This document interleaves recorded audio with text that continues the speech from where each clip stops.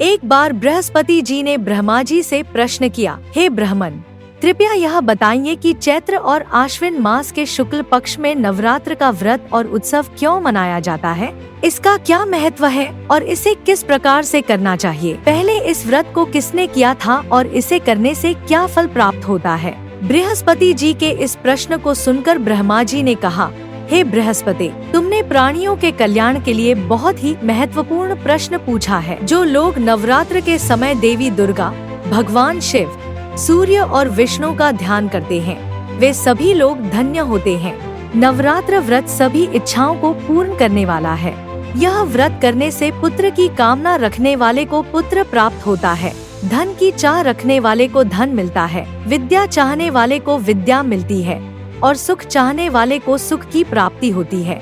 इसके अलावा जो लोग इस व्रत को करते हैं, उनके सभी रोग दूर हो जाते हैं, घर में समृद्धि आती है और संतानहीन स्त्री को संतान सुख की प्राप्ति होती है। यह व्रत सभी प्रकार के पापों का नाश करने वाला है और इससे मनुष्य की सभी इच्छाएं पूर्ण होती हैं। लेकिन जो लोग इस व्रत को नहीं करते, उन्हें जीवन में अनेक प्रकार के कष्टों और दुखों का सामना करना पड़ता है। वे लोग रोगों से पीड़ित हो जाते हैं, उनकी संतान नहीं होती और वे जीवन में असफल होते हैं। ब्रह्मा जी ने इसके बाद एक कथा सुनाई।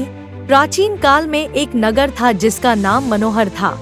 वहाँ एक ब्राह्मण रहता था जिसका नाम पीठत था। वह बहुत गरीब और अनाथ था, लेकिन भगवती दुर्गा का बहुत बड़ा भक्त था। उसकी एक पुत्री थी जिसका नाम सुमति था। सुमति बहुत सुंदर और गुणवान थी।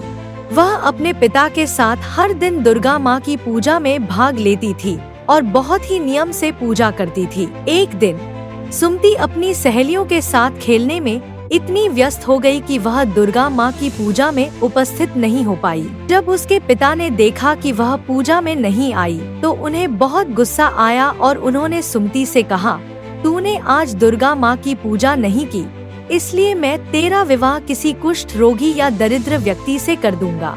सुमति को अपने पिता की यह बात सुनकर बहुत दुख हुआ, लेकिन उसने अपने पिता के सामने झुकते हुए कहा, हे पिता, मैं आपकी पुत्री हूँ और आपकी आज्ञा का पालन करूँगी। आप जैसा चाहें वैसा ही करें। आप मेरा विवाह किसी भी व्यक्ति से कर दें, चाहे वह कुष्ठ रोगी हो या दरिद्र। मुझे अपने भाग्य पर पूरा विश्वास है। मुझे पता है कि जैसा कर्म करेगा उसे वैसा ही फल मिलेगा। कर्म करना हमारे हाथ में है, लेकिन उसका फल देना भगवान के हाथ में है। सुमति की यह बात सुनकर उसके पिता ने क्रोधित होकर उसका विवाह एक कुष्ठ रोगी से कर दिया। सुमति अपने पति के साथ जंगल में चली गई। वहाँ उन्होंने एक डरावने और निर्जन वन में कष्ट से रात बिताई।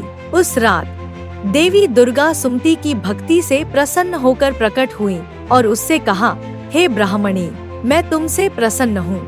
तुम जो चाहो मुझसे वरदान मांग सकती हो। सुमति ने देवी दुर्गा से पूछा, हे देवी, आप कौन हैं? देवी ने कहा, मैं आदि शक्ति भगवती हूँ। मैं ही ब्रह्म विद्या और सरस्वती हूँ। प्रसन्न होने पर मैं अपने भक्तों के सभी दुखों को दूर करती हूँ और उन्हें सुख प्रदान करती हूँ। तुम्हारे पिछले जन्म के पुण्य के कारण मैं तुमसे प्रसन्न हूँ और तुम्हारी सहायता करने आई हूँ। देवी ने सुमति को उसके पिछले जन्म की कहानी सुनाई। उन्होंने कहा, तू पिछले जन्म में एक निषाद की पत्नी थी। तुमने और तुम्हारे पति ने नवरात्र के समय 9 दिनों तक बिना अन्न जल ग्रहण किए व्रत रखा था, लेकिन यह व्रत अनजाने में हुआ था क्योंकि तुम दोनों को चोरी के कारण कैद कर लिया गया था और उन 9 दिनों में तुमको भोजन नहीं मिला था। इसी अनजाने व्रत के प्रभाव से मैं तुमसे प्रसन्न हूँ और तुम्हें वरदान देने आई हूँ। तुम जो चाहो मुझसे मांग सकती हो। सुमति ने देवी दुर्गा से अपने पति का कुष्ठ रोग ठीक करने की प्रार्थना की। देवी ने कहा, तुम अपने नवरात्र व्रत के एक दिन का पुण्य अपने पति के लिए अर्पण करो। इस पुण्य के प्रभाव से तुम्हारा पति कुष्ठ रोग से मुक्त हो जाएगा। सुमति ने ऐसा ही किया और उसके पति का कुष्ठ रोग दूर हो गया। उसके पति का शरीर स्वस्थ और सुंदर हो गया। सुमति ने देवी दुर्गा की स्तुति की और उनका धन्यवाद किया।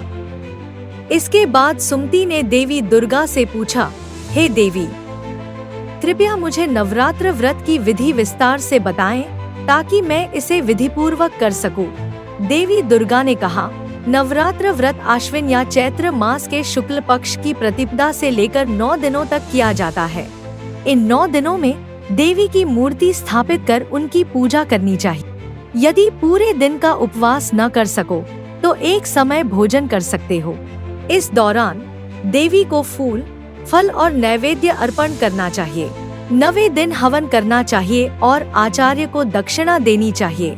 देवी ने यह भी कहा कि विभिन्न फलों से अर्घ्य देने से अलग अलग फल प्राप्त होते हैं, जैसे कि बिजौरा के फल से रूप, आंवले से सुख और केले से आभूषणों की प्राप्ति होती है।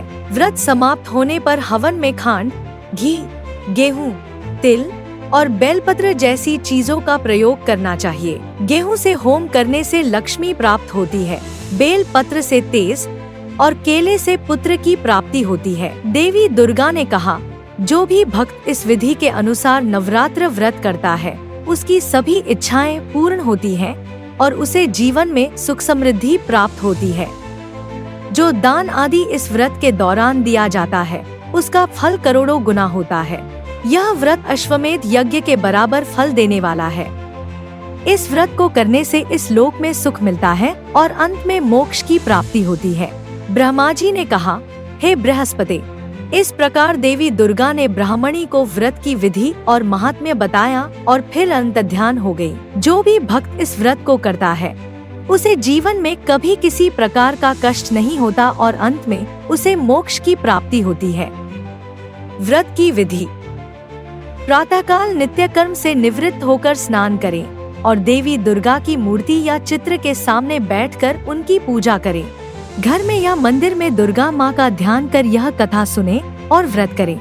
यदि पूरे दिन का उपवास न कर सकें तो एक समय भोजन करें। 9वें दिन हवन करें और ब्राह्मणों को दक्षिणा दें। यह व्रत विशेष रूप से कन्याओं के लिए लाभदायक है। श्री दुर्गा की कृपा से जीवन के सभी विघ्न दूर हो जाते हैं और सुख समृद्धि प्राप्त होती है। नवरात्रि की प्रार्थना इस प्रकार है, हे माँ, मुझसे दिन रात कई गलतियाँ होती रहती है।